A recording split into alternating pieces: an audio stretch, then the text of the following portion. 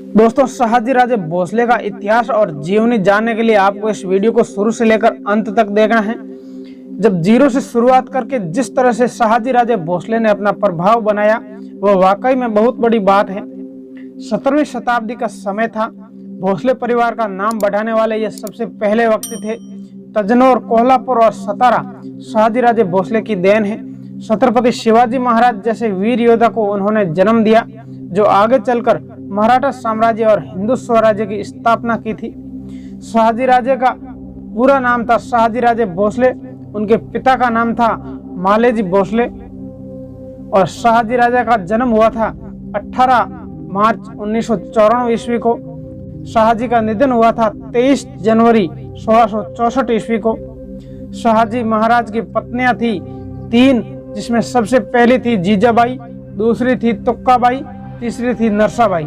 उनकी संतानें थी 3।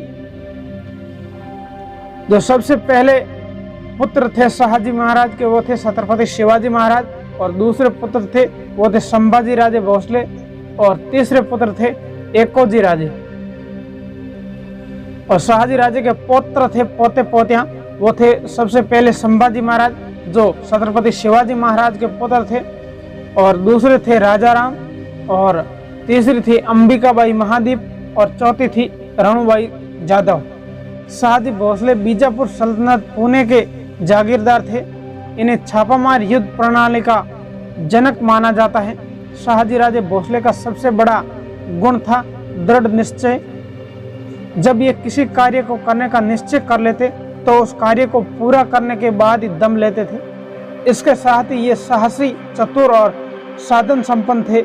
मराठा और महाराष्ट्र की राजनीति में इन्होंने कदम रखा, तब से इन्होंने मराठों के उत्थान का कार्य किया था।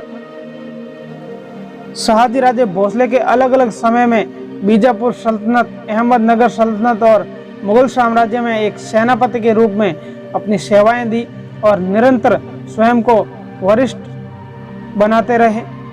इन्होंने अपनी चतुरता और रणनीति के दम पर धीरे धीरे उच्च पद प्राप्त किए गए।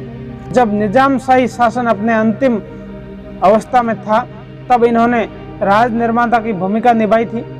अहमदनगर पर मुगल बादशाह शाहजहां ने आक्रमण किया और अपने अधीन कर लिया। इस युद्ध में निजाम शाह फतेह खां मारा गया। इस घटना से शहाजी राजे भोसले को भी झटका लगा और उन्होंने 10 वर्षीय बालक मुर्तजा शाह द्वितीय को गद्दी पर बैठाने का फैसला किया।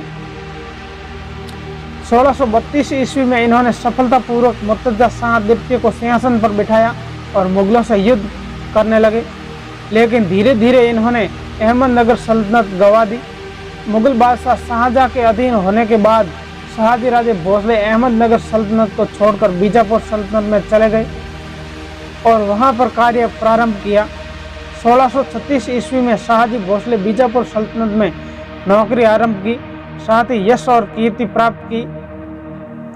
1635 ईस्वी में हिंदू राजाओं के दमन के लिए शहाजी राजे भोसले को कर्नाटक भेजा गया, लेकिन 1637 ईस्वी में अर्थात 2 वर्ष बाद सेनानायक मुस्तफा खान को लगा कि शहाजी भोसले हिंदू राजाओं से संपर्क बढ़ा रहे हैं। इसी संदेह से चलते उन्होंने शहाजी राजे भोसले को बंदी बना लिया और कैद में कर दिया। 1649 में बीजापुर के आदिल शाह ने इन्हें मुक्त करवाया और फिर से कर्नाटक की जिम्मेदारी सौंपी। इस बार शहाजी राजे भोसले ने वीरता और रणनीति चातुर्य का परिचय देते हुए गोलकुंडा के शासक मीर जुमला को धूल चटा दी। सन 1651 ईस्वी में छत्रपति शिवाजी महाराज की शक्ति और साम्राज्य नियंत्रण बढ़ता जा रहा था। मुगल सेना उसके बहुत आतंकित थी। शहाजी राजे भोसले को आदेश दिया गया कि छत्रपति शिवाजी महाराज को रोका जाए।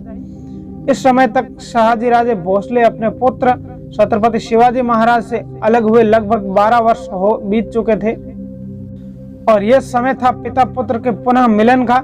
शहाजी राजे भोसले छत्रपति शिवाजी महाराज के सामने देखकर बहुत खुश हुए और उन्हें गले लगाया। साथ ही जीजाबाई ने भी पुनः रिश्ता कायम किया। 23 जनवरी 1664 की बात है। शहाजी राजे भोसले घोड़े पर सवार होकर जंगल में शिकार करने के लिए गए थे, लेकिन अकस्मात वह घोड़े से नीचे गिर गए और उसका देहांत हो गया। दोस्तों, ये थे शहाजी महाराज की जीवनी। कैसी लगी आप कमेंट करके बताना, और नेक्स्ट कैसी कहानी लानी आप जरूर कमेंट करना। धन्यवाद।